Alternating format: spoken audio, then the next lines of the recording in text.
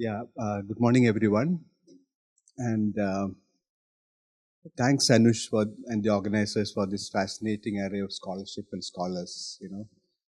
Actually, in mid 1990s, Michael Watts, in his Introduction to Liberation Ecologies, told about a broadly defined political economy as a sensibility. I think that's what we see here. A sociologist giving the one keynote, and economists giving another keynote, and the kind of even in this panel, the kind of fascinating, starting with kind of political sociology and urban planning, architecture and political economy, urban planning and political economy. So I think so welcome to this session, spatial structures for capital accumulation, and each of our panelists brings a unique perspective to this discussion, rooted in their diverse disciplinary backgrounds and research experiences. So we'll explore how spatial structures mediate process of capital accumulation from urban land markets and infrastructure development to the evolving relationship between state, market, and society. So allow me to introduce the panelists. Dr. Sai Balakrishnan is an associate professor of city and regional planning at UC Berkeley. Her work explores the intersection of agrarian and urban transformations in emerging economies, with a particular focus on how these transitions reshape land markets and urban governance. Dr. Ateya Korakiwala is an architectural historian and assistant professor at Columbia GSAPP. Her research delves into the intersections of architecture, infrastructure, and development, offering insights into spatial politics of state making in India during the mid-20th century. Hussain Indowala is a faculty member at the Kamala Raheja Vidyanidhi Institute of Architecture and Environmental Studies in Mumbai, and our own PhD scholar at IIT Bombay. His work examines urban history, planning, the political economy of land, housing, and public transport in India, with a focus on understanding how these elements shape urban life and governance. And most importantly, Professor Barbara Harris White will be the discussant. She is an emeritus professor of development studies at the University of Oxford. She's a leading scholar in the political economy of development. Her extensive body work cover topics such as agrarian change, urban poverty, economic development, providing a lens on inequality and capital flows. Thank you, and Sai. Okay, thank you so much to Anish and the organizers, and what a privilege it is to have Professor Barbara Harris White as discussant. So I'll start with a vignette. In 2005, a real estate complex called Kohinoor City rose up on the former factory land of Premier Automobiles in the once thriving industrial neighborhood of Kurla in Mumbai. Until it closed down, the Premier factory manufactured the Kali Pili taxis, a beloved and familiar icon on Bombay's streets. The Premier factory was promoted in 1945 by three Gujarati Jain and Bhatia merchant capitalists, Walchand, Hilachand, and Khatau.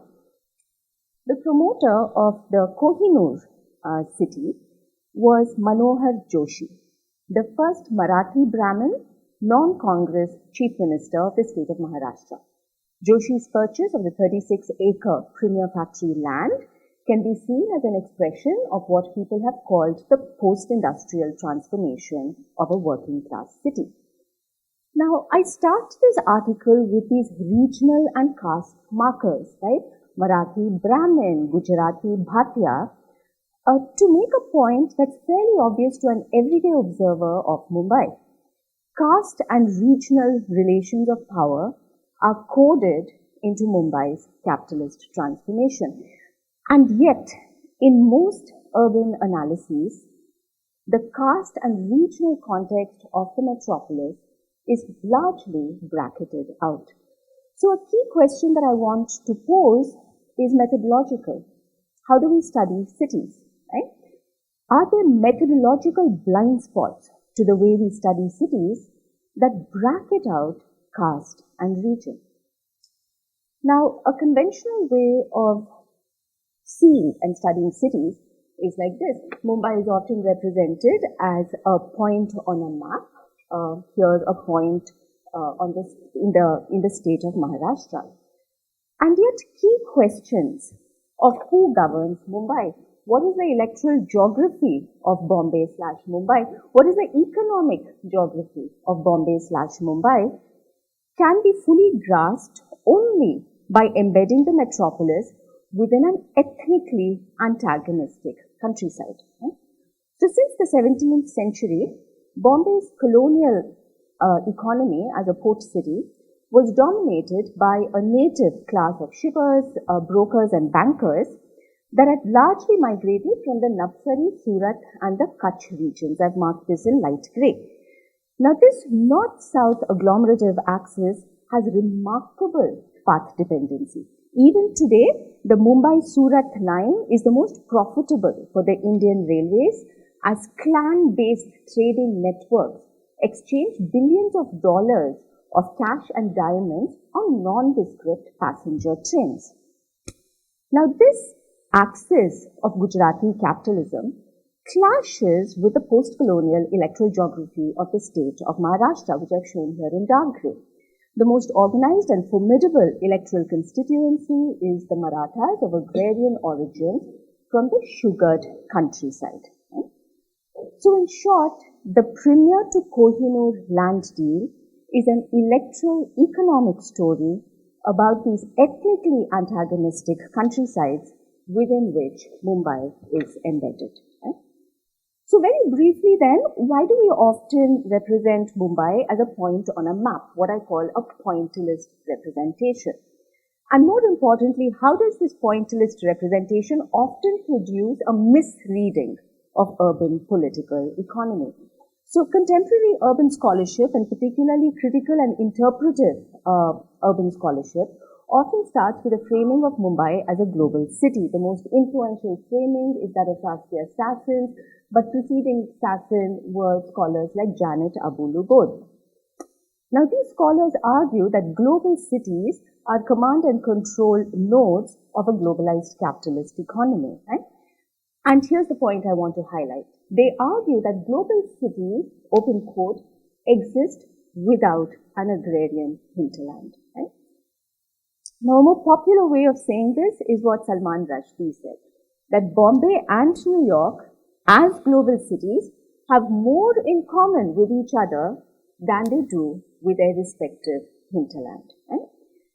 And yet, as a long line of South Asian scholarship has shown, the city is not disembedded from the countryside. And the provocation I want to offer is this. Bombay/Mumbai is shaped as much, if not more, by its sugared countryside than it is by New York. And I want to briefly offer three maps to make a spatial argument. Map number one, the electoral geography. The question of who governs Bombay/Mumbai. So here I mapped out the caste and regional profiles of the mayors from, I'm sorry, this is such poor quality and you can't see it. It's actually good on my computer. From 1931 to the present. 1931, because that's when limited municipal franchise was extended to Indian cities under late colonial rule. So here I've mapped out the jati of the mayors, and I've also mapped out the region where the family patriarchs migrated from. Notice from 1931 to 1967, Bombay's mayors were largely drawn from the Gujarati-speaking Baniya, Khoja and Parsi castes. These first few mayors had close links with the Indian Merchants Chamber, the IMC. I've marked here in green the mayors with direct links to the IMC. The IMC, one of the most influential and oldest regional chambers of commerce, founded in 1907 to represent the Gujarati cotton traders of Bombay. Now, most of these Gujarati Baniya and Khoja mayors may have been born in Bombay, but even to this day, their families have kinship fealties from the region where the family patriarchs migrated, right? So take for instance the mayor in 1940 to 41, Mathur Das Trikamji, the grandnephew of the Gujarati Baniya nationalist leader Mohandas Karamchand Gandhi. Though Trikamji was born in Bombay, he had extended kinship fealties with what is today the Saurashtra region of Gujarat. It's from this region that localized kinship groups amalgamated into secularized caste identities during the colonial period, giving rise to what Suhas Palshikar has called a caste region nexus that undergirds post-colonial electoral geography to this day. Okay? There are, of course, intervening years here: 1947, independence; 1960, linguistic reorganization and the formation of the state of Maharashtra. Now notice from 1968 onwards, right? And this is a turning point. The 1968 is when the Shiv Sena burst to power. So I've highlighted the Shiv Sena mayors here in orange. The mayors are largely Marathi Brahmins and Marathi middle caste, particularly from two middle castes, Marathas and CKPs, Chandrasena Kayas Prabhus, which is Bal Thakere's caste. And you'll also see a marked shift in the regional networks, right? Most of these mayors are from the Marathi-speaking Konkan region. Now, what I haven't mapped here is the caste regional profile of the chief ministers and the state cabinet. If I'd done that, you'll notice that until 2013, most of the representatives of the state cabinet were Marathas from the sugared countryside. Right? So in other words, what this mayoral map shows you is a festering caste region rivalry, right? And this is where the name change from Bombay to Mumbai becomes significant. Though the 1995 name change to Mumbai is often viewed as a nativist turn of a cosmopolitan city, a map like this shows you a fuller picture. The question of who governs Bombay/Mumbai can be answered as a regime change from one ethnic cabal to another, namely from Gujarati-speaking upper caste to the Marathas. Map number 2. How does this electoral geography intersect with economic geography? And here is a slightly more complicated story. In the 1950s and 60s, political and bureaucratic elites like Y.B. Chavan, S.G. Barve, D.R. Gadgil advocated for industrial decentralization out of Bombay to the Mofassils. And one of the Mofassils that they identified was the agrarian areas in Pune and Pimpri-Chinchwad region. Now, Maratha political elites like Chavan wanted to promote industrial accumulation in the Maratha heartland as a counterpoint to what they saw as the Gujarati comprador class that controls Bombay. In contradistinction to the Gujarati big bourgeoisie, the key constituency to be promoted in the Maratha heartland was the Maratha small-scale entrepreneur. Right? So here I've zoomed into the Pune and the Pimpri-Chinchwad region. Based on data from a Maratha industrial archive, I mapped out the location of 1,416 firms in 1971. Now here in red are the big firms, right? And these include Marathi Karade firms like Kirloskar. In blue, I've also mapped out the small-scale ancillarized workshops that started cropping up around these big firms. So Kirloskar played a key role in ancillarization, offering, for instance, bank guarantees and other forms of crucial support to the small-scale Maratha entrepreneur. Right? So what you have here in the Maratha heartland is ancillarization of agrarian origins, right? So this is a form of capital accumulation that is not the Nehruvian state-led industrialization, that is not the Gandhian ideal of non-mechanized cottage industries, but a very distinct form of ancillarization, right? And very briefly, in connection to the conversation on industrial policy, what you have here is a homegrown version that anticipates GVCs, or what Anush rightly called empire, but that's the point, right? It's a homegrown version of supply chain capitalism that emerges from this region.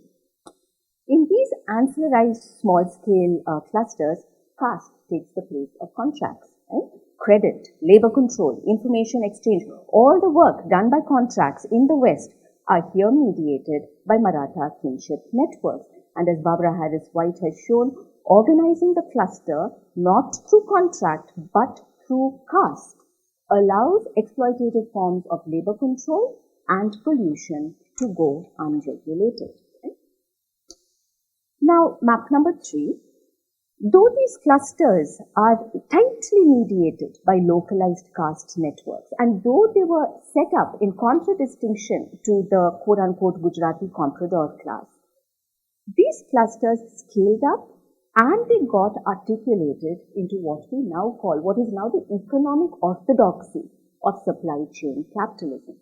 In the 1960s and 70s, Bombay was at the vanguard of labor organizing. In an effort to undermine trade unions and taking their cue from the Maratha Mofassals, Gujarati industrial elites decided to promote small-scale ancillarization in Vapi in the state of Gujarat.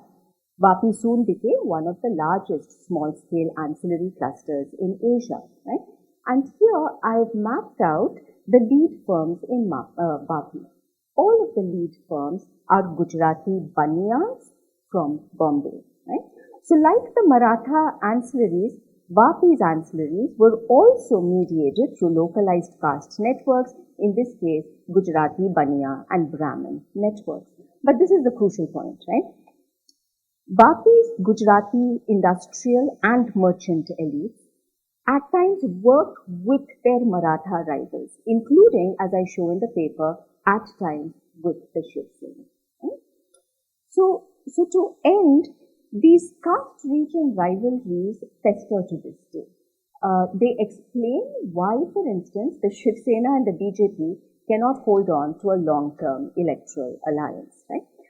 And yet, at particular junctures, actors like Chavan, Kirloskar, and even the Shiv Sena played a key role in transgressing these caste region rivalries and in articulating these clusters into supply chains. So in other words, what this shows is supply chains are simultaneously global and provincial. Okay? And it's these ancillarized small-scale clusters that undermined the Bombay region's trade unions and organized working class politics. Okay? So to come back to that opening vignette, if we are to understand the premier Kohinoor shift, this is the electoral and economic geography that needs to be mapped, because it's only by embedding the city within its countryside, in this case its ethnically antagonistic countryside, that we can expose the most provincial forms of fraternal capital, what Chari calls fraternal capital, that undergirds even the most globalized city. India. Thank you. Good morning. Thank you for inviting me to speak about my research, Anish and the whole team. My paper is excerpted from the first chapter of my book in preparation. It's called Famine Architecture. So, in 2015, a World Bank study on social safety nets found India's public works employment program, the MGNREGA, the NREGs, to be one of the world's largest safety nets for the poor. In 2017, the Finance Minister Arun Jatli hailed the central government's decision to classify affordable housing as infrastructure. Both declarations hint at something amiss with normative definitions of infrastructure and public works. That rather than infrastructure referring to a material substrate of matter that enables the movement of other matter, and public works as the state spending on public projects, the technical meanings of the terms in question elide more popular understandings of the words. There's another little wrinkle here. When infrastructure throws up images of metros and flyovers and cranes and gantry girders surrounded by uniformed men in hard hats and building metros and metro rails and roads, public works connotes rural peasantry carrying mud. So why this split in what counts as infrastructure versus what counts as public works from both normative definitions and from each other? Why are these two types of objects that have similar semantic meanings, how do they come to occupy different economic categories in India? So the answer to this is the subject of this chapter, where I argue that in the 19th century, the colonial administration's attempt to manage and prevent an ongoing cycle of famine, and this slide shows you the famine across the 19th century, shaped three things: national anti-colonial movement, the nationalist anti-colonial movement in the 1890s, a modern form of government and of governmental management like administration, and what is relevant to this paper here, it set the conditions that created the countryside in this through this informal temporary wage laborer who is the subject of the public works project. So a canonical story here is in famine administration is told by the political scientist S. Ambirajan. There were two famines that took place in quick succession. One under the viceroyship of Lord Northcote, the first one here. Here you can see them on the left, Northcote and Lytton, and the other under Lytton. Both were managed by Richard Temple. Under Northbrook, Temple threw huge resources into the famine. Early on, food was distributed. So here you can see that uncooked food and money given to the helpless. Food was distributed. Relief works were declared in all affected areas. The famine reportedly saw no death at scale, but Temple got highly criticized that he had turned India into an almshouse, and that actually there was no famine at all. It was an invented famine and a disastrous expenditure towards that end. So severe was the backlash that Temple reversed course, and he advocated a far more stringent model of famine management under Lytton. So by some accounts, 5.5 million people died. Relief was largely distributed through paying famine victims to work as laborers on public works projects that were specifically initiated for them. It is from the second famine under Lytton that you get the notorious Temple wage, which entered our collective consciousnesses through Mike Davis's book, The Late Victorian Holocausts. So quoting Davis, in any event, the Temple wage, as it became known, provided less sustenance for hard labor than the diet inside the infamous Buchenwald concentration camp, and less than half of the modern caloric standard recommended for adult males by the Indian government. So what I was looking for when I was working on this chapter was this elusive link between, here is the Temple wage, was this elusive link between standardizing the body and standardizing the building. These are the kinds of things that architectural historians are interested in. So, although the Temple wage was only deployed at scale in Madras in 1880, this was not the origin of the number. This quantity appears earlier in a famine tract titled Measures to be Adopted in the Time of Famine. So you can see the Temple wage there on the left, on your left. This chapter was embedded in a book on public works, the 1870 Code of Regulations for the Public Works Department, 3rd edition. That is, the quantities which are cited as having the authority of, quote, being given on former occasions and found sufficient were not invented by Temple. Rather, they appear as standardized in ounces compared to kilos, which is otherwise used, measures alongside standards for public works to be undertaken more generally. So, although this is the 3rd edition of the Code of Regulations, prior codes published by the PWD do not include a section on famine, and this is the first one to include this chapter. Surprisingly, this early mention of food quantities does not appear in a famine code, and there's no famine code yet. The famine code hasn't arrived as a document yet, but in a building code. Why does a prototype of the famine code show up in a building code? And so here I argue, and I have to take my word for it in interest of time, because the famine code was modeled on the building code. There is a kind of metabolic relationship between the famine code and the building code. Both of them are concerned with calibrating for the minimum. So this, I think, is the key point of similarity between these two kinds of documents. And I want to quickly cite Shati Chattopadhyay's work here in her book Small Spaces, where she argues that there is also a way to think about minimum caloric requirements in India and minimum research in minimum food famine requirements here in India and caloric research in the US along what she calls an imperial food axis. So where ad hoc, so here are those two documents. So one thing that I wanted to also add over here as an aside, where ad hoc measures of pre-colonial institutions address the problem of hunger without attempting to solve the problem of famine. So famine is, something that occurs and you provide food. You don't stop famine from occurring. So this is a big shift in the colonial model of managing famine.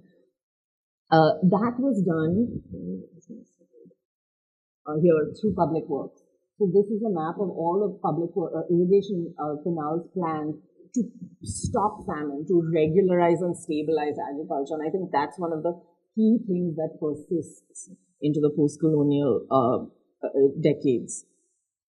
And so, in material terms, public works of canals, bunds, tanks, and such contributed to both the short-term goal of alleviating famine distress through the famine code and the long-term goal of creating a network of interventions to stabilize agricultural output through the public works department. And that's another way in which famine links these two forms of institutional forms.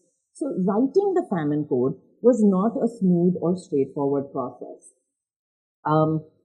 Given the variety of departments that had to ratify it, it was neither law nor was it policy. Rather, the code was a different kind of document and part of a set of codes like the revenue code, the civil code, all of which aim to manage the tenuous relationship between the central administration and decentralized provincial governments and this various, people who managed on ground, the hierarchy of people who manage on ground, how relief will be distributed.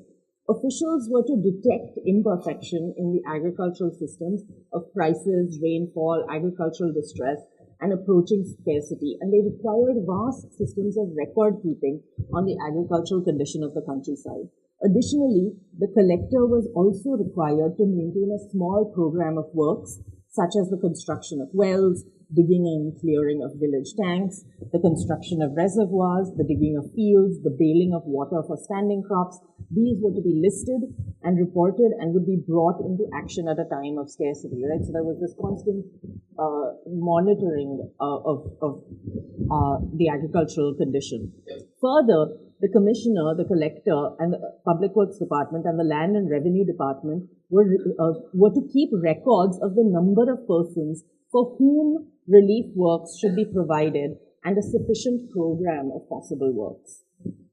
The 1887 the Famine Code mandated that circles be set up, ideally coinciding with territorial districts. So there's this new kind of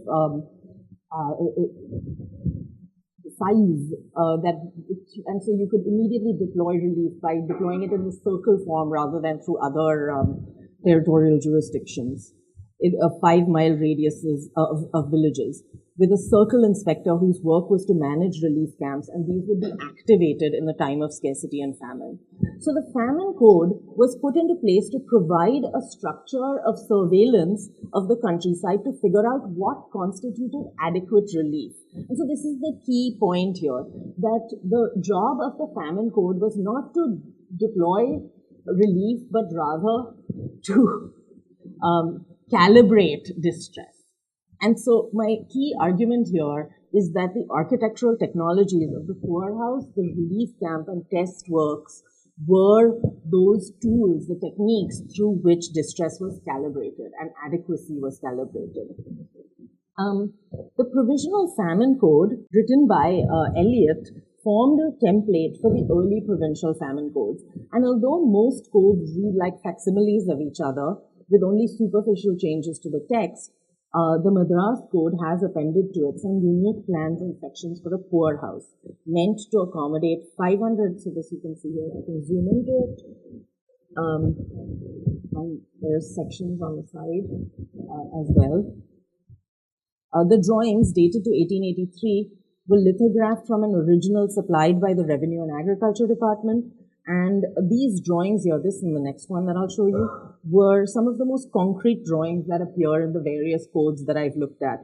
They include dimensions, wall thicknesses, and even represent different kinds of roofs and different kinds of walls. So you can see the kind of representation of a more temporary wall, like a bramble or perhaps barbed wire, and then a more permanent wall on the other in the cook rooms up there. The larger poorhouse, so this is here, was divided along caste lines. At least that's what there's an indication, right? Because these are all schematic. You can see on the left is the caste portion, on the right is the Paraya portion. And there was also a strict division along sex lines with a strict separation of the sexes, and all spaces are graphically divided by this barbed wire or bramble type of wall. Now, I have not found any mention of barbed wire in the famine codes other than Aidan Forth's evocative citation, Barbed Wire Empire, of Vaughan Nash's report on the Madras famine camps. Forth argues that the camp was an invention of the British Empire that aimed to manage labor supply and served to rearrange social relations within the countryside. Britain used the camp as a method to manage native bodies and territory in the process of managing disaster imperialism. Famine, plague, and war, the three disaster conditions of empire, argues Forth, were both patently local and could be understood as but could also be understood as part of widespread global trends. Forth argues that the camps were not just military structures, but tools of governmentality, which later got transmuted into the form of the humanitarian aid camp. So this space is also modeled on a prison, and the codes regularly refer to inhabitants as inmates. Exits are guarded so that people could not exit or enter without being monitored. Later codes and famine commission reports only contain this schematic layout. They don't have the kind of full building anymore. In a sense, this also mirrors the transition from the commission reports and papers that include specific details and famine codes, which, like building codes, are rewritten and updated and reprinted without records of the original. Like, there are no authors anymore for these documents. These schematic plans were not just reproduced alongside relief work tables. In fact, I would argue that they turned the tables into the building. So these two are documents that metabolize each other. People's needs are tabulated into categories and quantities, and then these tables are turned into buildings. Not only did famine and building codes learn from each other, they also metabolize each other. The men, women, and children, were separated also ties with Madhvi Jha's reading, Men Diggers, Women Carriers, on how construction sites produce gendered norms that persist till date. Of course, these were enacted by differential wage rates for digging and carrying mud. But also on the issue of gender division, this space is a multiplication of British ideas of morality on how prisons should be arranged and Indian mores on how caste and families should be arranged. The key spatial observation is that people are arranged by how much they are given to eat. The standardized body is translated into a kind of spatial arrangement. Caloric needs are tied to gender and labor, and they become a template for the social and physical hierarchy of the building. One of the incongruities that appears from this plate, is the building called the poorhouse on the right. These are actually not this green and one, but the scales were supposed to be the same. I apologize, but I forgot about that. One of the incongruities that emerges from this plate is that the building is called a poorhouse. The poorhouse is a specific built form evolved out of, to highly simplify something, the need to create and maintain waged labor in the UK between the early 16th and 19th centuries. The poorhouse, also called a workhouse or a bridewell, functioned between a space of charity and a work prison.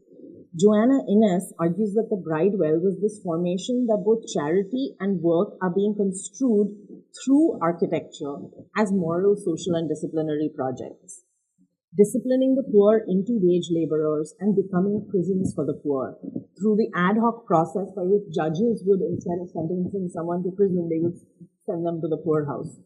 So they held people convicted of the kinds of crimes that didn't warrant prison sentences.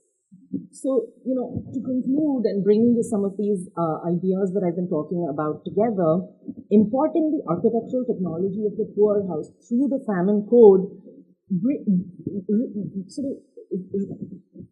contains a multiple set of incongruities. One is the poorhouse used to be an urban form, but here it is deployed in the countryside to catch prisoners, famine victims from entering cities. So it contributes to that city-country divide that is a discursive divide, but not an economic one. Further, charity and work come to have the same meaning here. They become coterminous. Similarly, the punitive relief camp laid the template for the humanitarian aid camp. So again, what is this incongruity there? And so the point here is, how do these spaces function? They function by creating the conditions in which you determine the failure of people to work. They function to determine failure. So architectural and infrastructural projects, I have some more poorhouses. These are poorhouses in England, and these are relief camp work, these are public work here in India. These are just picture images from 1873. Are key technologies with which to calibrate distress and determine adequacy. And here I want to also cite Sheetal Chhabria, who argues that famine becomes a kind of euphemism for, or a technologization, that is to use Jenny Edkins's word, for rural poverty. And so I will end with just showing you one more of these famine relief road projects, and then remind you of this image here, and ask this question of how that kind of work of the famine relief camp persists in this safety net public works program project in all of these different ways. You can also see this is a very gendered space as well. There are some other images I have where you can see men digging as well, but you can see that kind of in this image. So that's it. Thank you very much. First of all, thanks to Anush and Soral for inviting me. It's interesting that Sai actually began with the example of the Kohinoor Tower, which is in Kurla, and the site of the Premier Factory. Just behind the Kohinoor building, there is a very large resettlement, township called the Kurla HDIL. This was there was a arrangement between the Airports Authority and the Slum Rehabilitation Authority in 2006 to rehabilitate all the slum dwellers into the Kurla township, to build a Kurla township and to rehabilitate slum dwellers there. Interestingly, the HDIL was supposed to carry out the slum survey and eventually do the rehabilitation. They built the rehabilitation block, the whole thing, 17,000 units. They did not do the survey. The contract lapsed, and eventually today almost only 1,500 out of the 17,000 units are occupied, and the slums on the airport land still exist.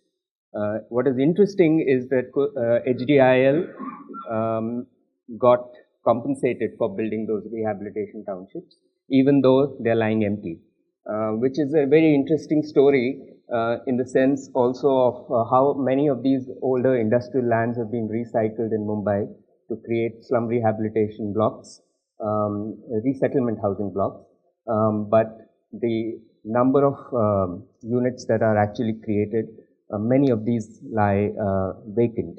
So there is something there about how the real estate industry, slum rehabilitation works in the city, which is essentially what I'm trying to talk about in my paper. So in 2024, the Supreme Court of India directed the Bombay High Court to constitute a bench to carry out a suo motu proceeding and a performance audit of the Slum Act of 1971. While the Supreme Court spoke about the Slum Act as a whole, the main focus was the slum rehabilitation scheme in Mumbai.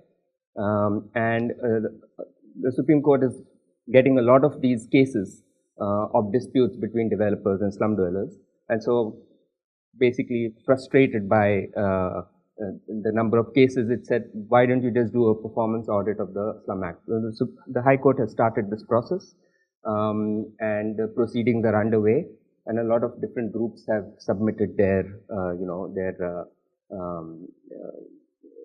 submitted different documents or different perspectives on the Slum Act and how it should be fixed. What is significant is that the Slum Act was a 1971 legislation, which came about in a very different period in Mumbai's history, and the way in which land was conceptualized at that time was very different from how it is conceptualized today, which is also one of the things that I'm trying to highlight here. But the Act was amended in 96, and a new section was added to the Act called the Slum Rehabilitation Scheme. What is interesting is all slum interventions of the state today happen through this section of the Slum Act. The rest of the Slum Act is almost entirely ignored, because in the earlier Slum Act there were provisions for identifying slums, declaring slums, providing basic services, etc. None of that happens. Now the only time a slum is declared is when there is a rehabilitation project.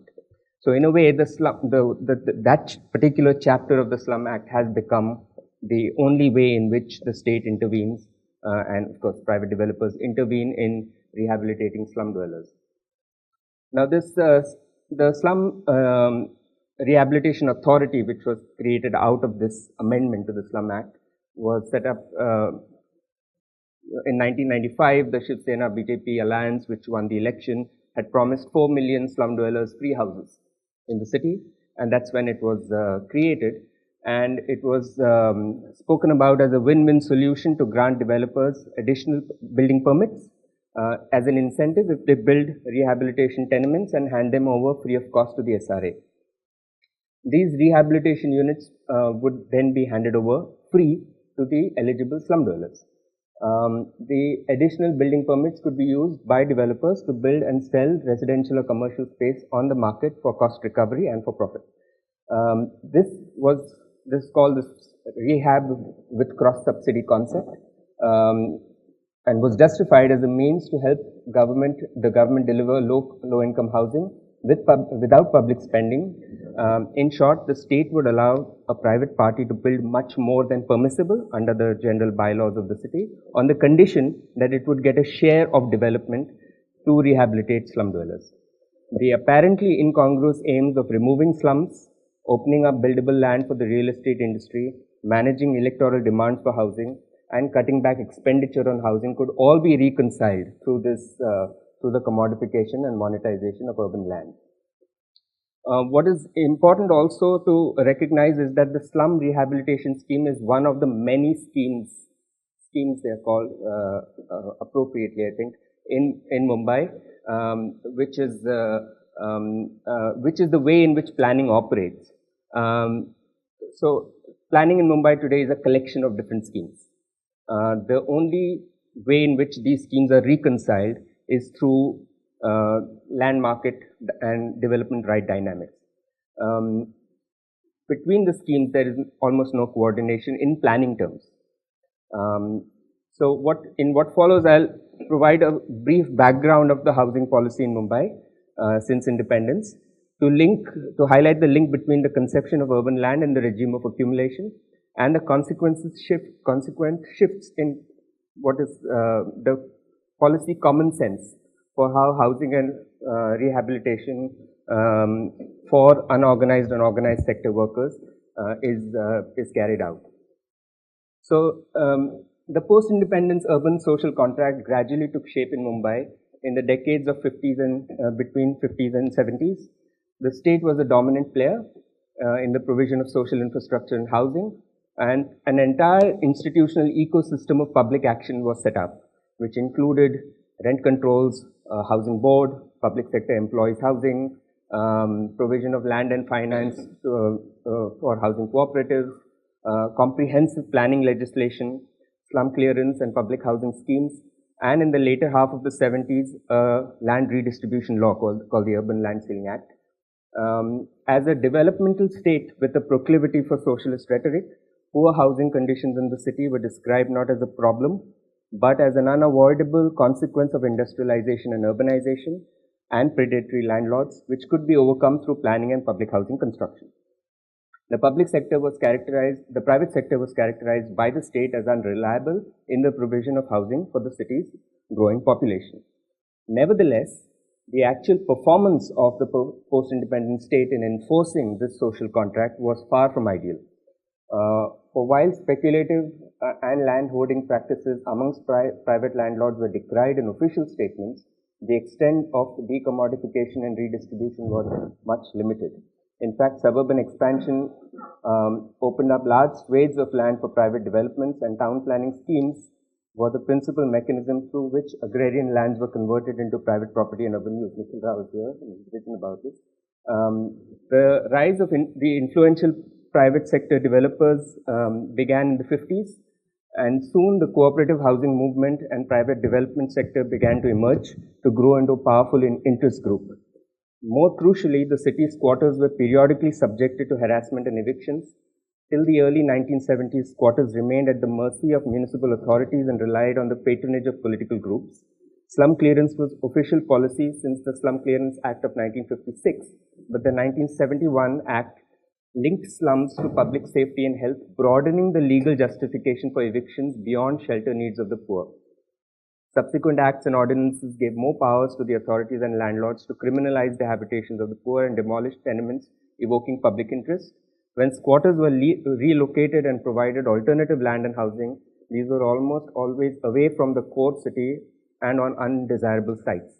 In effect, squatters became pawns in the game between two sets of landlords, the government and private property owners. In the decades of 80s and 90s, the political economy of the city began to be transformed from one centered around manufacturing to one centered around services and real estate. Between 61 and 81, the number of industrial units in Greater Bombay registered an increase, but after the 82-83 strike, there was an unprecedented negative growth in manufacturing employment. The share of the tertiary sector of GDP increased substantially since the 80s, from 60% in the 1990s to 74% in the 2000s. The transformation produced a highly dualistic service sector with low-income contractual work in the informal sector and low employment generating highly skill-based segment on the other. This transformation represented a shift in the function of land in the urban economy. In the industrial city, occupancy of urban land by squatters was tolerated to cheaply house the working class and to keep the cost of labor in check, albeit in a state of settled insecurity. Public programs could therefore reconcile the housing demands of working classes with the needs of the urban industrial system. But once the textile mills were shut down, land value capture became the prime mover of urban development, and squatter settlements, hitherto tolerated as a source of cheap labor, were now recast as suboptimal use of urban land. So the slum rehabilitation scheme comes about in this context in the 90s. And when it was set up, it had three progressive aims, which was articulated in a report called the Afzalpur Committee report, which said that there are three aims for carrying out the slum rehabilitation scheme. One of them is that it would create better living conditions for slum dwellers. One was that it recognized the slum dwellers live close to their places of work, and therefore rehabilitation should be in situ and not on faraway sites. And the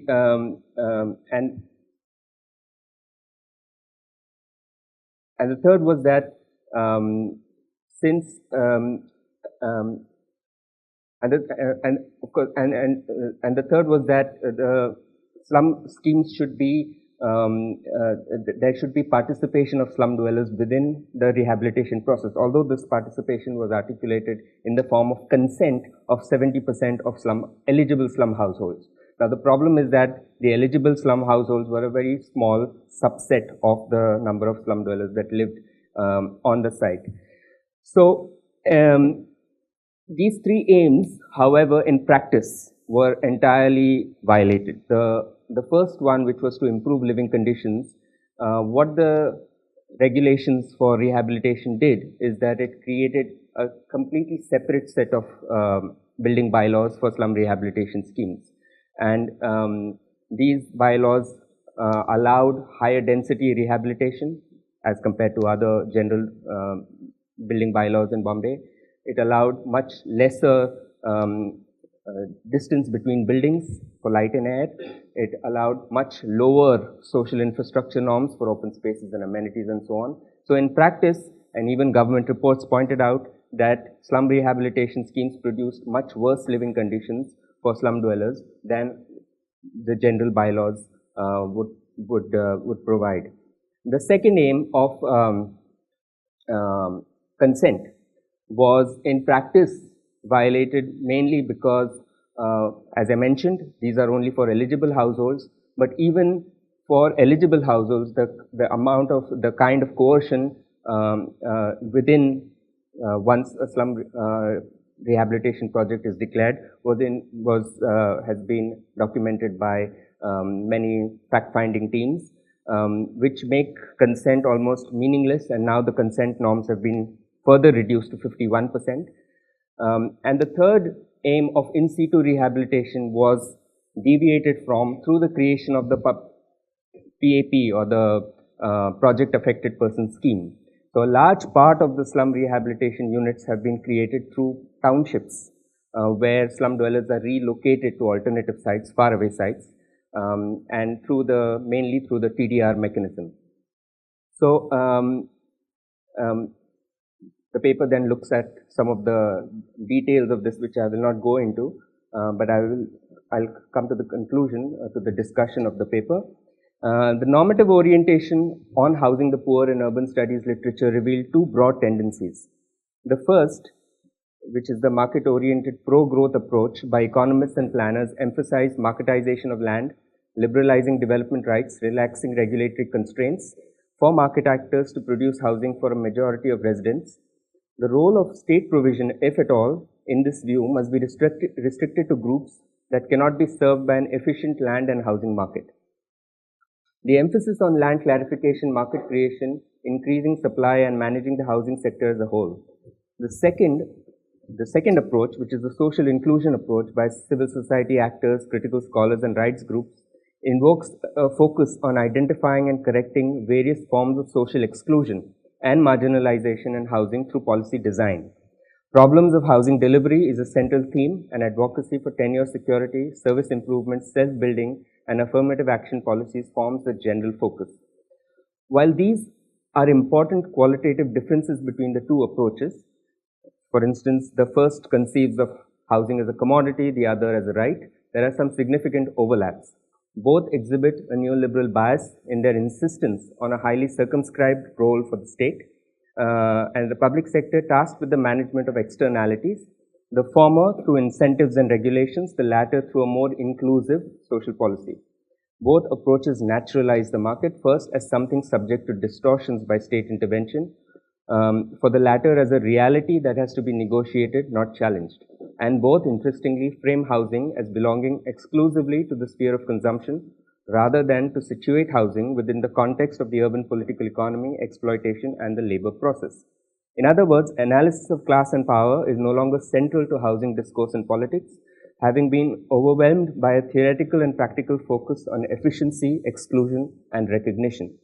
The main components of this policy common sense are encapsulated in a set of notions that are shared by both approaches.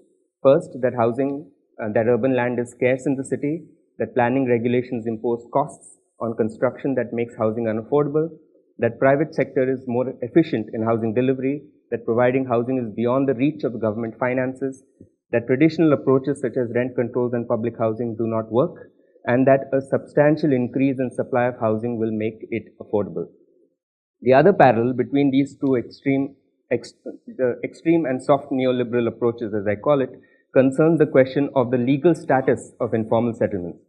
While the former use the term informal and illegal interchangeably and identify slums as a market response to state regulation, the latter take the unauthorized status of informal settlements for granted while questioning the devalorization of neighborhoods and uphold their legitimacy as urban settlements.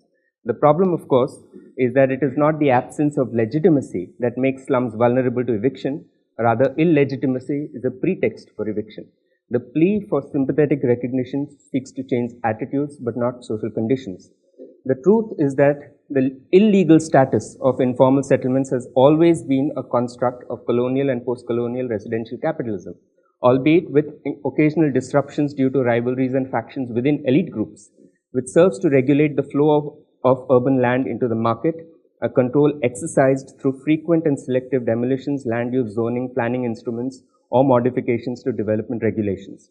In the colonial period, the plague in Bombay forced the city's elite to frame the question of housing as a labor question, and early public housing interventions were pursued as a mechanism for labor retention. The various interventions in the land market through sanitary regulations, often in direct conflict with the city's landowners, helped the colonial state to preserve overall socio-economic stability. In the pre-91 regime of accumulation with an explicit ideology of a welfare state, the policy of pragmatic tolerance towards slums helped accommodate the demands of an urban working class with those of an industrial city. The state also announced ambitious incursions into the land market, such as the rent control legislation, the creation of a twin city on the mainland of the New Bombay, or the Land Ceiling Act. However, in line with the actual reigning class interests, these interventions were half-heartedly or perversely implemented to ensure that the price system can continue. While many of the features of the previous regime persist, the arrival of the liberalisation era put an end to redistributionist policies and accelerated the inflow of global and local financial speculative capital and real estate. With manufacturing dismantled, land and housing for labor were no longer seen as costs to industrial capital but as undercapitalized assets. On the other hand, the lack of urban housing, essential services, utilities, and infrastructure for labor helped reinforce its now flexible and mobile character. The creation of a servile, splintered, low-wage workforce in the services sector, expanding the reserve army and increasing the gap between now depressed wages and land values or rent gaps. Consequently, land value uplift has become the main focus of planning and infrastructure projects. The language of highest and best use and inclusive growth have come to dominate housing discourse and policy. The speculative drive to capture high-value land in urban centers is predicated on the removal of self-built settlements and facilitated urban redevelopment, densification, and segregation. So in the end, I'd like to conclude by saying that slum declaration and rehabilitation, in short, is a creation of Mumbai's contemporary regime of accumulation. The object of the program, notwithstanding its goals, has been to facilitate land supply and development rights while accelerating and deepening class-based residential segregation in the city. Its particular configuration of institutional roles and land-based regulations combined with land ownership patterns and property market dynamics has made public goods and welfare goals contingent on real estate speculation. In a sense, then, the present development model presents an insurmountable barrier to the problem of workers' housing and public goods. Unfortunately, by eschewing a political economic critique of crisis of inhabitation, advocates for inclusion frame the problem of housing as a technocratic rather than as a class issue. Thank you.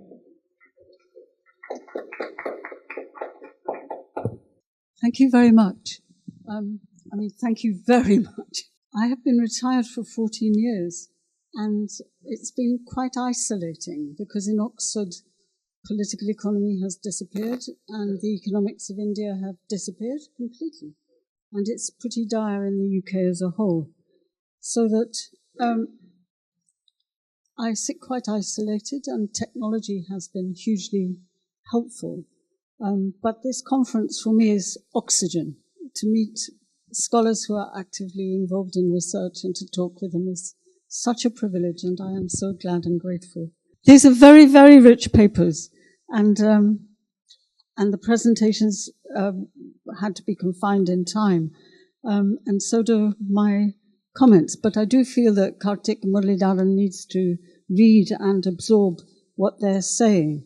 The theme of our session is space, capital, power, and accumulation, and there are various sub-themes which I've written up. But the point is that one very important point is that geography seems to ignore all this. Graham Chapman in 2007 described the remains of a discipline in which ideographic analysis, regional geography, and physical social relations, and the tension between general ideas and specificities, and between the economic and the political, had disappeared from geography. And we all know about the threat, the political threat, to the cognate discipline of area studies. And so this aspect of new-old political economy, bringing back space, is a huge problem, how to integrate it into political economy and political ecology when there's no universally valid regional division that does justice to all phenomena. So in my mind, space and region, and the papers today have illustrated this, are very joined. Lefebvre's one approach to regions and space, which is one of several, but a generative one, because it reminds us that space and regions are not simply contained by fixed frontiers, which we can't do without because that's the way data is contained in modern statistics. But frontiers and regions have zones of transitions. They're fuzzy. Regions are co-constituted through relations between the environment and nature and capital. And these relations are diverse. And there is complicity as well as conflict with the state. And Lefebvre suggests that we study it in terms of class and social structures, and secondly, in terms of representations and lived culture, and thirdly, in terms of memories and history. And I put it to you that this is generative and that space itself matters in a different way for all three ways of understanding capitalist regions. Now, new old political economy, and I think this is what we're in, focuses mainly on class and social structure. Atea here has been very innovative in focusing on the second and third aspects of Lefebvre's scheme. I want to discuss them, Atea first because of this novelty, and then Hussein, and then finally Sai, if you don't mind. It would be very difficult for me if you did mind. So firstly, Atea. And I read these papers before you present, and what I'm responding to are the papers rather than the presentations, or as well as the presentations of this morning. The big proposition is that definitions have gone awry, and she searches for reasons for shifts in the meanings of terms of art in various epistemologies, various ways of knowing about development. And she uses famine relief to illustrate the warping of meanings of the concept of infrastructure and the concept of public works. This paper is a very fascinating history and geography of famines, and we all saw the maps. And one aspect of the maps is that these famines happened all over India and rarely in repeating territorialities. So there's a project there. Why? I think it's been researched, but I'm not 100% sure. The idea of the concept of food axes with historical and political genealogies involving parallels through space and time and society of food systems which actually provide and protect concepts of bare health, starvation minima, is something we can all work with. The idea that the building code preempted the famine codes in figuring out starvation minima of calories is quite a novel insight. And another original contribution of the paper is that the built environment expresses policy. This is, I think, a lifetime project. And in this case, it's the architecture of poorhouses and famine camps in which the segregated management of entitlement deprivations according to a nexus of work and food and social status and gender as well, is physically embodied in the built environment, with the telegraph in those days as the communication of surveillance technology. And she shows evidence for the deliberate testing of survival minima for various energy requirements of public works. And all that I find very interesting and not really said by anybody else before now. So I have some comments about the idea of shifting epistemology and its tension with path-dependent architecture and the built environment, and also with policy discourse. Secondly, on the slide, the camp, because we're running out of time, the camp is a space for those who failed at work. Failing at work implies an attention to property relations, which are outside the scope of this paper. It's a much bigger project, also perhaps implying the irrelevance of all the famine theory and debates. The case study of path dependence, in this case famines to Enrega, relates the testing of minimalist responses to famine relief and architecture to focus on public works and the energy requirements across the century. We've been crossing the century with photographs. That for me is a bit of a problem as well as something very vivid. Does it imply that the right space taproot of Enrega, which is what contemporary social science frames it as, is less important than the path dependence via the Maharashtra case? We had the famine in 1876 and starvation deaths with a question mark in 1976. And perhaps you're making, you're relating those cases across the century where Enrega has more than one genealogy, political and historical genealogy. And then the temple wage and its calories. There are things to say about 1,600, 1,800, which is slightly more than what I live on these days, versus the evolving science of nutrition.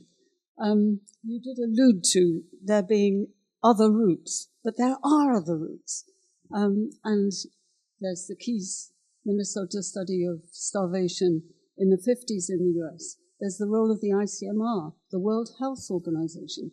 There's a lot of import and debates about the import of norms, but grounded in science and not simply path dependent on architecture. I'm being very crude here, but to make the point. And a huge amount of debate in India about the relationship between calories and the income necessary to provide the calories. And we know that all that went on until Tendulkar moved the poverty basket away from just food. Okay, and another point about this is how the argument that you're building relates to the trading in of famine for generalized malnutrition, which is in a way what Enrega's responding to, but responding to more than just malnutrition after independence. Okay, so there are a whole slew of questions about path dependence, architecture and policy. I felt that in the paper you unselfconsciously practice the very thing that you're problematizing, semantic creep, when you talk about metabolic and chiasmatic exchange, through which peasants are transformed into the modern contemporary informal wage labor. Also, there is a problem with the big leap forward that you make in the paper and perhaps in the project, as I alluded to in relation to multiple genealogies for things in the present era. You say that the British modified pre-colonial social elastoplast for famines in two ways: this cruel approach to relief and the attempts to solve the problem of famine. Now, I understood it's through agricultural development, and I don't think the British did a lot. I mean, there's a huge amount of history for the first half of the 20th century to show that agricultural development didn't really take off until after independence. So there's no path dependence there. The point about socially construed relief building was my own blindness. I couldn't actually read the diagrams in your paper, and it was difficult to read through it. But there are stores, there are cookrooms, but there's no architecture for waste, and that's a problem for how we understand waste in most societies, particularly in India. So there is social architectural blindness even in the poorhouse. You talk about epistemologies in the plural of famine derived from three sources: the Famine Commission reports, the codes, and famine papers. And there's a great deal more to be said about consensus over time and debates relevant to the assertion that you're making about path dependence.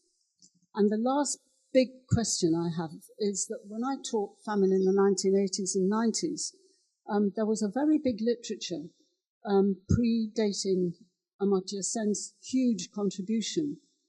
But one of the insights was that famine was a struggle. It was often an instrument of war. There were always beneficiaries. And you have got the flip side of your project is the built environment of the beneficiaries of famine and of malnutrition, and then of policy. So, general questions from that paper. Yes, terms shift as labels, and you start to give reasons for why that's the case. And the reasons you give are financial, political purposes, and I'm giving you some other examples, or because of public understanding. So you give two reasons. I think that there's a big project here, and that there are many other processes we could discuss it if there were more time at work in the shifting of terms of art over time and through space. And development studies is full of fuzzy terms. It's full of euphemisms like business or capitalism and neologisms. What do we learn about space and capital from the paper? We learn that policy and planning is inscribed in the built environment and viscously path-dependent, and that the physical can influence the realm of ideas and plans. We learn that the micro, in this case poorhouse architecture, matters, and that the micro encapsulates enduring social relations. And we learn that space and nodes carry out political functions as logistical hubs for state and for market supplies, with different implications for networks and for territory. Okay, thank you very much. Passing on to Hussein's, which was a very, very clear paper on social segregation via residential capital. And the first thing I realized is that capital is embedded, and your capital is deeply embedded. The capital of Mumbai, you and Sai showed just how deeply socially embedded it is. But if I look at the papers that I've read so far for the conference, I find many different adjectives for capital. And Sai, later on, has supply chain, racial, kinship-based, provincial, mufassil, bullock, industrial, monopoly. So we have a greater fluorescence of terms for capital, and all of them have different meanings and implications for space. Hussein focuses on residential property capital. And what you're doing is implying that the character of capital is reflected in its use or in its sector. And that's not the only way of thinking about residential capital, because David Harvey talks about it as the second circuit of capital and theorizes it quite differently. Your analytical frame, which you're very modest about as you presented, is a zooming in kind of frame. You are trying to search for explanations through land and accumulation, through a kind of Gramscian sense of common sense policy for class segregated housing, through the actually existing nexus of property, capital relations with the state and with housing residents, through the responsibility and the roles of institutions of authority, and through law and regulation as vehicles for speculation. And these kinds of approaches are very distinctively those of people who are grounded in law, architecture, history, and the contribution to development is huge. You also have something which you didn't go into in your presentation, but in the paper, you say, I'm going to use the analytical frame to critique about a half dozen urban theories. And the themes, you analyze this story through historical eras. And I teased away the general themes that are coming out of this common to most of the eras. This is the problem of law and selective enforcement of law and selective compliance with law. I feel there's a colossal project waiting for others to apply in different areas of development. The theme of regulative flux and incoherence and lack of coordination. The theme of the expansion of agencies and of their mandates and of their ineffectuality. The theme of regulatory capture, in your case, double regulatory capture, Firstly, regulative agencies by social status groups, and secondly, by business, by capital. The theme that production, in your case, changes in land use, the textiles economy to the service economy, dominates reproduction, especially for workers. That comes clearly out of the paper. The labeling of redevelopment, some neutral kind of technical phrase which actually connotes and euphemizes and depoliticizes the displacement of housing for informal labor to sacrificial zones. Monumental delays and uncertainties throughout your entire period, with private housing shown to exacerbate slum conditions rather than provide a solution to them. The beneficiaries of policy becoming victims of policy in practice, and the present regime is an insurmountable barrier to public housing and to workers' housing, which are different. What I think you can develop is both the analytical frame and the theoretical critique are simplified in the body, the meat of your paper. It's good for us as readers, but you might reframe the paper in a more simple way. I explain on the slide, but I don't have time to go into it now. And then the political roles of labels, which Atea has drawn our attention to. It's actually, there is something else, not just that labels have political roles, but that neutral labels can be mobilized to align class in cities proactively with polluted urban space. And the roles for relations of social authority, which is going to come up in the next session, I guess, for caste, ethnicity, religion, race, gender, and space. And what do we learn about space and capital from this paper? We learn a lot, and thank you very much. Capital has a wide repertoire of individualized and collectivized political strategies and tactics, ruthlessly to protect its interests. While being socially embedded, is residential capital any different in this respect from any other kind of capital? Unanswered question yet. Then productive space in cities can be rapidly transformed to reproductive space, but only in the opposite direction for poor, informal labor classes and at their cost. Class and pollution are enduringly inversely spatialized, and we can ask what new forms of pollution affect bourgeois urban space, and the Hollywood fires are just a very, very good example of an answer to that question. So thank you. And moving on to Sai. Sai picks up from Hussein, in the order that I read them, through this idea about metropolitanization. Her framing matters and alerts us to the fact that framing does matter. WCC is for world-class city, but actually when Sai presented, she said working-class city for Mumbai. And so I wanted to make the point that WCC is world-class, that it suffers hinterland blindness, and it not just neglects a whole set of rural-urban flows, but also nature, capital, social relations. The hinterland for the World City School is world-class city school, is an archipelago of other world-class cities.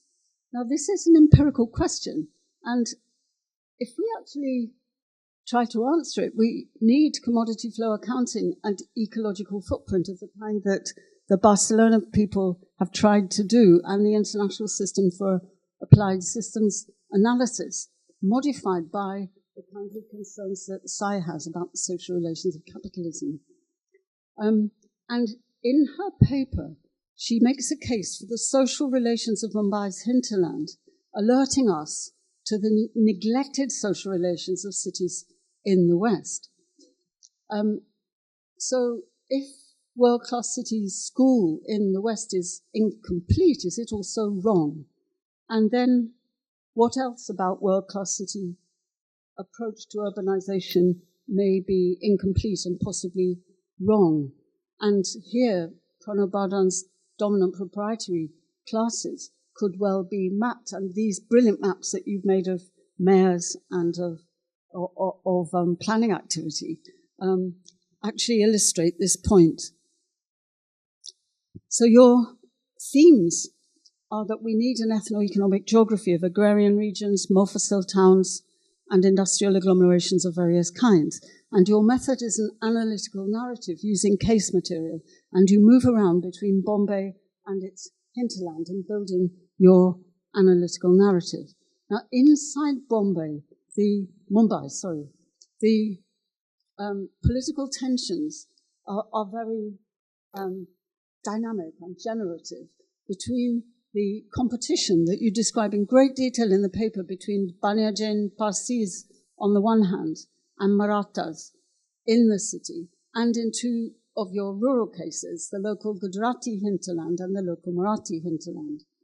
So what you have is a set of dynamic social spatial relations which you contrast in the paper, but perhaps not so much in the presentation, with the path dependence of infrastructure which you've studied so deeply in other work, water, energy, and communications infrastructure, and the networked power that they express, which resonates to Aman's study 2 days ago of warehouses. In the absence of commodity flow data, you use case material to flesh out your case. You give good evidence that Mumbai was never cosmopolitan, and the party political competition between economically dominant Gujaratis and upwardly economically mobile Marathas is consolidating Maratha ethnic identity regionally, while the Gujaratis divert to IT and services and engineering and chemicals in Vapi. And the cases, well, I've summarized the cases, and I think you also made the point about the very important roles competitively and also collegially in certain cases of the big caste or ethnic groups. Now, I had quite a lot of reactions, firstly about world-class cities, which you condemn for a very blind version of supply chain capitalism. And I wonder who owns this and why they're owning this. What purpose is served for a framing like this? And a corollary of that is that when you do construct Mumbai and its region, you beg a lot of questions. How is Mumbai not a world-class city? Is it not world-class? Is it not a class city? And in what ways is supply chain capitalism a unified form? Because the work I know of Hassan Karur in Central Asia without command and control, and Rolanda Ruven, where her supply chain capital is highly diversified and differentiated, means that the unified nature of the theoretical world that you're banging against and critiquing is one I'm not sure I recognize. Is this method and this kind of evidence appropriate for the question that you ask? For the answer, we need materials, energy, waste and water, and population and land, and all this has already been computed for 27 megacities. But without the spatial relations and the social relations and the labor relations, which you have been so concerned to explicate. But here for Mumbai, if the case material is deployed for social relations, then case material is also needed for the links of Mumbai to New York and to other world cities. And how do we know that re-embedding the world-class city will unearth the fraternal capital undergirding Western cities? Why is the comparison, how do we know it's fraternal capital? Why is the comparison between Mumbai and the somewhat residualized West? Why is that the comparison rather than with other Indian cities? And the co-constitution of the environment and social relations at all concern of geography, that's a huge problem in world-class cities approach, and it's also a big problem here, although everything is limited.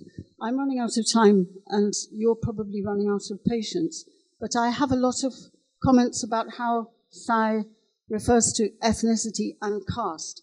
She describes Mumbai as an exaggerated caste context, rather than normal social relations, given that capital is embedded? And does caste take the place of contract, when contract is very rarely formed by supply and demand? The common nature of repeated transactions is 101 in transaction cost economics. And why this emphasis on caste when caste is one of several forms of authority? And caste relations are actually very strange. They're being reworked according to their usefulness for accumulation. Caste is subject to dissolving forces and intensifying forces, and the balance in any one place and time is specific. So I can't talk to the rest of this slide, but there are quite a lot of questions about how caste is being conceptualized and what work it's doing in this paper. What do we learn about space and capital for this session? We learn that capital and space are socially construed and in tension, that they're disturbed and dynamized by the migration of socially viscous capital. We learn that agrarian and social relations imprint themselves in the urban economy, and that state politics and the ancillary professional classes also can have mobilizing effects in the real economy. Labour needs to be integrated into this analysis and perhaps into world-class cities, and the same is true for Dalits and the economy of waste, which is perhaps the fastest growing sector. Last slide. Sorry. Very afraid. Yes, spatial dimensions of political economy are significant contributions to new old political economy. All three papers end on cliffs. Huge new research is beckoned. Development studies is moving in the direction of universality, where concepts and labels shift and matter. Southern questions and methods are being brought to the north or to the west. Lastly, capitalism and imperialism are central to political economy. They are never unembedded. Polanyi made that very clear in 1947. The concept of ethnic capital, size concept, raises questions about the expression of economic power through reworked institutions of class, caste, religion, race, ethnicity, gender, space, quiddity of commodities, and language. And that perhaps is taken up in social structures of accumulation. But the enduring question is, that is to be contrasted with the logic of capital, with Capital Volume 1, and therefore how people are theorizing capital and non-capital. Sorry, I've taken too much time, but thank you.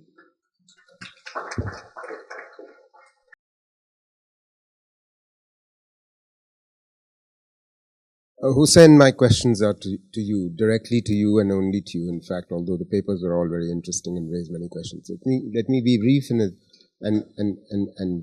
raise my three questions. Schemes, you emphasized, and this is a government characteristic. Plans, quote unquote, plans as they exist, have always been implemented through schemes, not just in Mumbai, but all over the country. And that's a very specific thing that the IS officers have actually worked out, and because that's the only way they can think about plans. How does the way this is working out, the whole problem that area that you're looking at, how does it relate to master plans, and is there, because there is a master plan in this city, and most cities have master plans. Do these schemes never have any reference to the master plan, or is that just supposed to be a piece of paper? Question one. Question two, I want to take you back to your first story, which was an absolutely fascinating way to begin your paper. 17,000 flats built right next to the spanking new Mumbai airport, one of the busiest in the world, perhaps, and in Asia, and so on, so on. That's the way it's advertised. But 1,500 occupied. And this has gone on for a good, nearly, let's say, 20 years, getting on to 20 years, 18, something like that. Isn't there a way out of this absolute morass or imbroglio, in the sense that the courts could take suo motu action, and it would perhaps set in motion a process which could perhaps lead the way forward even for a Dharavi and future such slum development projects. I mean, I'd like you to think about the policy issues and how do we break this imbroglio. And third and final, clearly, you know, the building of the metro, which has taken decades in this city, which is not really so much the case in so many other cities, but this city needed better transport infrastructure for decades, but it didn't get around to actually building in metros, and it has only recently gotten around to it.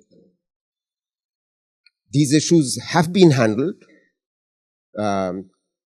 How have they been handled? Have they been handled better? And why are they now being handled? Because it seems that the metro development pace, the development of the metro has actually gathered momentum.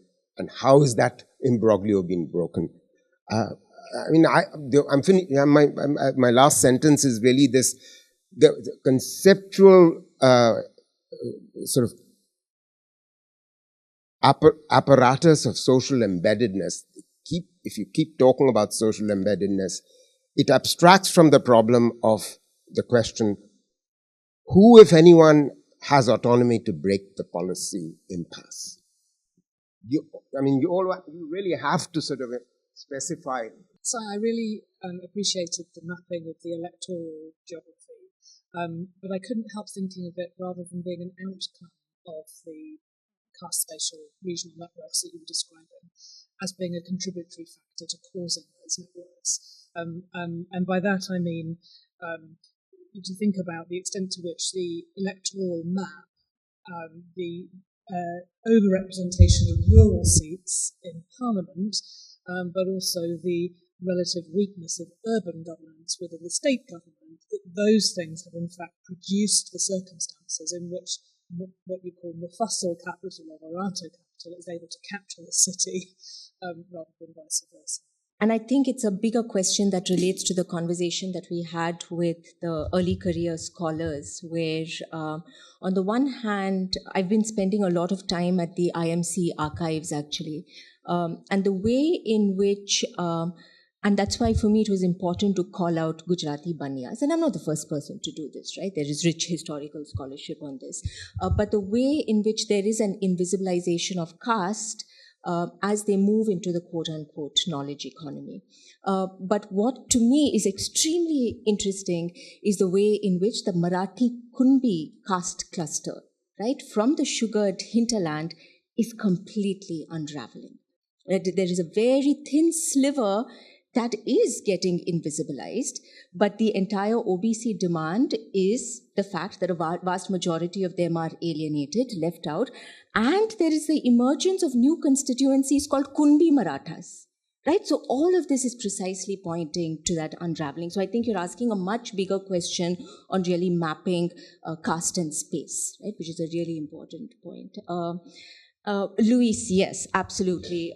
My first book was precisely on the sugar elites, right? And the ways in which the sugar elites are making their way and shaping real estate markets, urban real estate markets. And so you raise a very good point. Yes, there is a sharp urban-rural divide here, underrepresentation in the state cabinet of urban elites still, which is why Manohar Joshi becomes so important, right? Though I would argue Manohar Joshi also has to be seen within the hinterland, right? He's not urban. That's my argument. But within the city, what is also very interesting, and Nikhil is here, and both of us are interested in this question, there are very fraught debates and politics between the Bombay Pradesh Congress Committee and the Maratha Pradesh Congress Committee. Right? And that's playing out within the city, where, of course, the Maratha Pradesh Congress Committee is Chavan and all of these sugared politicians. The BPCC is S.K. Patil, right? And in the interest of the Gujarati Banyas. So there's also a way in the way in which the Congress political machine is organized very differently in Bombay, precisely reflecting these rivalries. I'll just very quickly try and address some of the points that Barbara raised. I don't know which one to begin with. Okay, so one of the things that as an architectural historian, I was really trying to sort out was this fascination that architects have with locating the origin of modernism in Chandigarh. And to me, Chandigarh is also, I mean, more so a product of Punjab, right? That Punjab agricultural economy. And so beginning from there, I started thinking about the history of agriculture, and I could not escape the history of famine. What I think happens is that with Amartya Sen's critique, he shifts, the shift he allows is shifting, you know, the thought, thinking about famine as lack of food to thinking about it as income. So suddenly it allows for the writing of a whole different history of famine. And when it comes to the question of wage distribution, I mean, because I was thinking of infrastructure and public works, I was like, why is it that whereas, you know, my own advisor talking about public works in France, public works just seamlessly, I'm sure it's not seamless, but he told me it is, becomes infrastructure. So why is it that it doesn't become seamless in the case of India? And so that, I don't want to, I completely agree with you. There are multiple genealogies, and in a sense, that is that circle over there between architectural form, infrastructure, and famine. That because famine gets transmuted into a kind of neo-Malthusian idea, which then leads to an entire economy of agricultural universities, agricultural economics. And the big change that happens in the 19th century is the dependence from rain to canal irrigation, and that's what that slide was showing. It doesn't lead to the stabilization of agriculture, which you are completely correct in pointing out. That is a post-independence project. However, it does lead to the institutionalization of the public works department as a major force, which then persists in the post-independence period. And so that was my question, that public works department, tracking that became a kind of interest of mine, how it functions to, again, create a set of minimum standards for a very different purpose for post-independence architecture. You will read architects so livid at the public works department for constraining them. That is one of the first points that Kanwinde makes in the 1950s at the architecture seminar. And so then that became a question that how do we think about this question of standardization and quantification in relation to the body, in relation to the plinth, in relation to plinth area rates? How can we rethink the history of architecture, understanding how central famine was to shaping? So that maybe is enough to say given our shortage. So there were three questions. The first one was about the relationship between, the link between schemes and master plans. What's very interesting in the case of Bombay is that these various schemes are part of the master planning process. They're not separate. So the Bombay's master plan is a collection of schemes, and which is interesting because it has come out through the regulatory framework. In the planning lingo, it's called the Development Control Regulations, which they have now renamed as Development Control and Promotion Regulations. And each of these have a list of different schemes. So for cooperative society redevelopment, for slum redevelopment, for cess redevelopment, they're all schemes collected within that planning framework. So they're not two separate things. Although there are other things like, for instance, in large infrastructure projects like the metro are not part of the master plan. They come from the regional planning process, or they even come from central government policy that we have to build metros. So, you know, and then they post facto get incorporated in the master plan. But they are not coming through the master plan. The second question was about how do we break this impasse? I think the question is really about how entrenched is regulatory capture in Mumbai,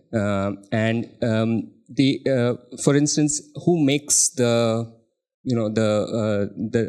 development regulations in Bombay? It actually is prepared by the architect and engineers lobby, which are very closely linked with the real estate industry. So these lobbies, in fact, write the entire regulatory, all the clauses in the regulation. And they are simply ratified by the planning department of the Bombay Municipal Corporation. So the connection, the capture is so deeply entrenched that to break this would really require one to think about how can we reconceptualize the role of land in the city, and how can it be thought of as so for instance in the various submissions made to the High Court, there were a range of suggestions that came from activists, which was that you have to think about public land as a public good. And even to say this is funny because, you think it's common sense. But for instance, just take the Dharavi redevelopment project. In addition to the project itself, which is handed over to the Adani real estate conglomerate, there are parcels of land which are larger than the Dharavi area, which are handed over to him for rehabilitation. On all of that is public land. So for the public authorities, generating revenue from land is basically what planning is about, not creating public goods through that on those lands. So I think it's a very difficult problem really to think about and to overcome. And the third one was about the metros. And again, the metro system is, if you look at the way metro is planned in Bombay, most of it reproduces the arterial road structure of the city, except for the South Bombay metro line, which is very consciously, if one reads real estate consultant reports, is very consciously about inflating land values along those corridors. The Ghatkopar, the metro line one, when it was built, it increased land prices in Ghatkopar by almost 100% in the matter of 5 years. There is a clear link between real estate and metro planning, which is quite underappreciated. And whether metros are really needed in Bombay at all is a question, because Bombay has a very good suburban railway system and a very good bus system.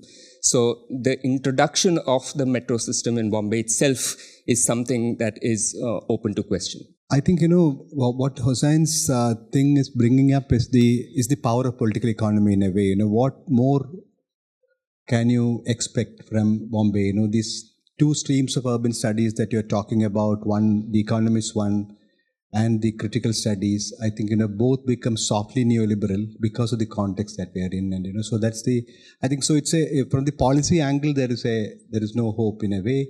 But I think, your future work actually has to kind of address that. And, Dr. Sai's work, what was pronounced for me is the way that you're telling that, your Mumbai lens, how it has to talk back to the other global cities to re-embed them in the regional context. I think it's a very ambitious, and provocative kind of a statement that you're doing. All the best to kind of, take it forward and to you too. So I thank all the three presenters for this fascinating 3 papers, and Professor Barbara Harris-White for this meticulous, commentary. Invite you all for the tea.